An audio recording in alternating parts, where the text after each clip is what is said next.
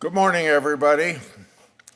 We welcome you to this hearing considering the nomination of John Sauer as Solicitor General, Harmeet Dhillon to serve as Assistant Attorney General for Civil Rights, Aaron Reitz to serve as Assistant Attorney General in the Office of Legal Policy.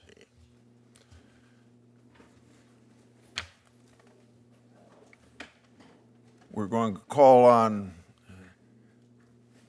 this is how we run the committee, we're going to call on Senators Lees, Cruz, Hawley, and Schmidt to introduce the nominees. After that, the nominees will have a chance to give an opening statement. Follow that from the nominees, we'll proceed to a single 5-minute round of questions. I ask the members to do their best to adhere to that limit. Our 3 nominees have been tapped to serve in important roles in the Justice Department. We congratulate all of you on your nomination. If confirmed, your work will impact the lives of millions of Americans, as you know. Each of you has impressive qualifications, and we're looking forward to hearing from you. We thank your family and friends for coming today to be with you, and I'm sure they're very proud of you. I've said many times that the Department of Justice is at an inflection point. Over the last 4 years, public trust in the department has declined, and many Americans feel like the justice system isn't working for them. If confirmed, we expect you to work with Attorney General Pam Bondi to fulfill her promise to turn things around. Mr. Sauer, you're particularly well qualified to serve as the nation's chief appellate lawyer. You started your career clerking for Justice Scalia, a legal giant, as we know. Justice Scalia spent his life teaching lawyers to faithfully interpret the Constitution and laws according to original meaning. I have no doubt that you learned this lesson very well. After clerking and a stint in private practice, you left D.C. behind to go home and serve as Assistant United States Attorney in Missouri. You worked diligently to prosecute criminals and keep the community safe. In 2017, you joined the Missouri Attorney General's office as a Solicitor General, where you served under 2 members of this committee, Senators Hawley and Schmidt.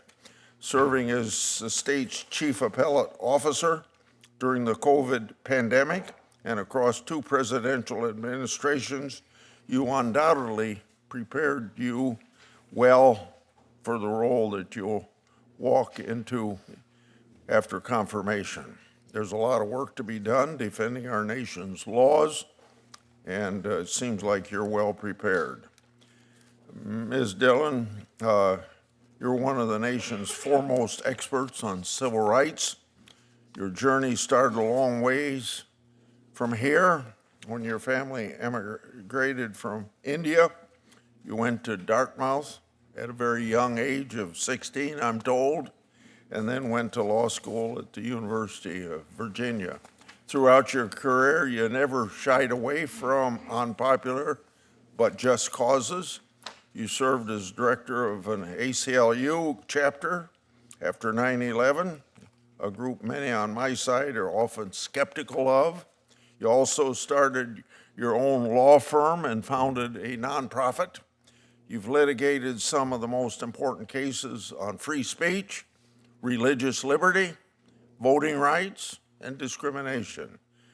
Discrimination is wrong. Common sense ought to tell us that. Our Constitution, our civil rights laws do not tolerate determination on the basis of race, as the Supreme Court recently said in Students for Fair Admissions. Unfortunately, the previous administration not only allowed discrimination to take place, but openly encouraged it under the name of diversity, equity, and inclusion.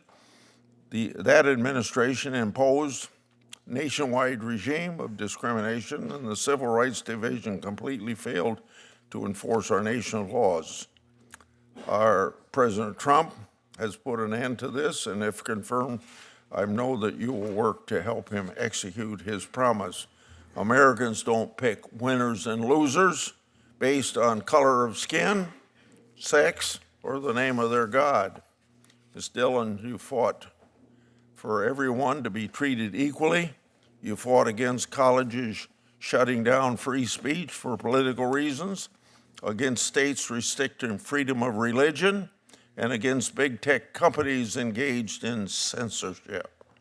You've won many victories defending freedom and our constitutional rights, and if confirmed, we'll need your continued leadership to protect the civil rights of all Americans. Our side of the aisle doesn't spend much time talking about people's personal characteristics. We care about character and we care about merit.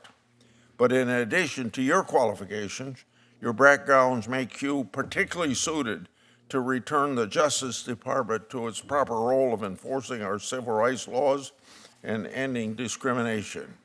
You're an immigrant, a religious minority, a woman, a business owner, a civil rights leader, an accomplished lawyer, and I've learned that also you do a lot of knitting. You're an example of what is great about America. Mr. Reitz, I'm to you now. You have an impressive and dedicated career of service to our country. You attended the College of Texas A&M University on an ROT scholarship and honorably served our country as a Marine, including tour in Afghanistan. Upon your return from Afghanistan, you attended law school, University of Texas, where you excelled. After a time in private practice, you decided to serve your country again. You clerked for the now Chief Justice of the Texas Supreme Court. Then you ran for a seat in the Texas House of Representatives and campaigned on issues you believed in. You continued gaining legal experience during this time in private practice.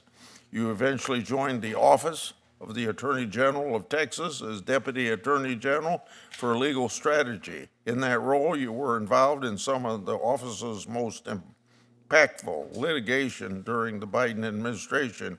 You fought to secure the border, to hold big tech accountable, to protect integrity at the ballot box, and to promote conservative social values. Today, you continue to serve Texas and your country as a member of Senator Cruz's staff.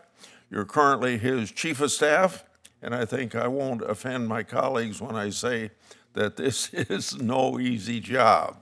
This is particularly true because you continue to serve in the Marine Corps Reserve, where you actively drill with your unit and hold the rank of major. Your relentless work ethic and love of country are obvious, in short, for all three of you. These nominees before us have impressive careers and life stories, and I'll look forward to hearing from them today. Now, Senator Durbin.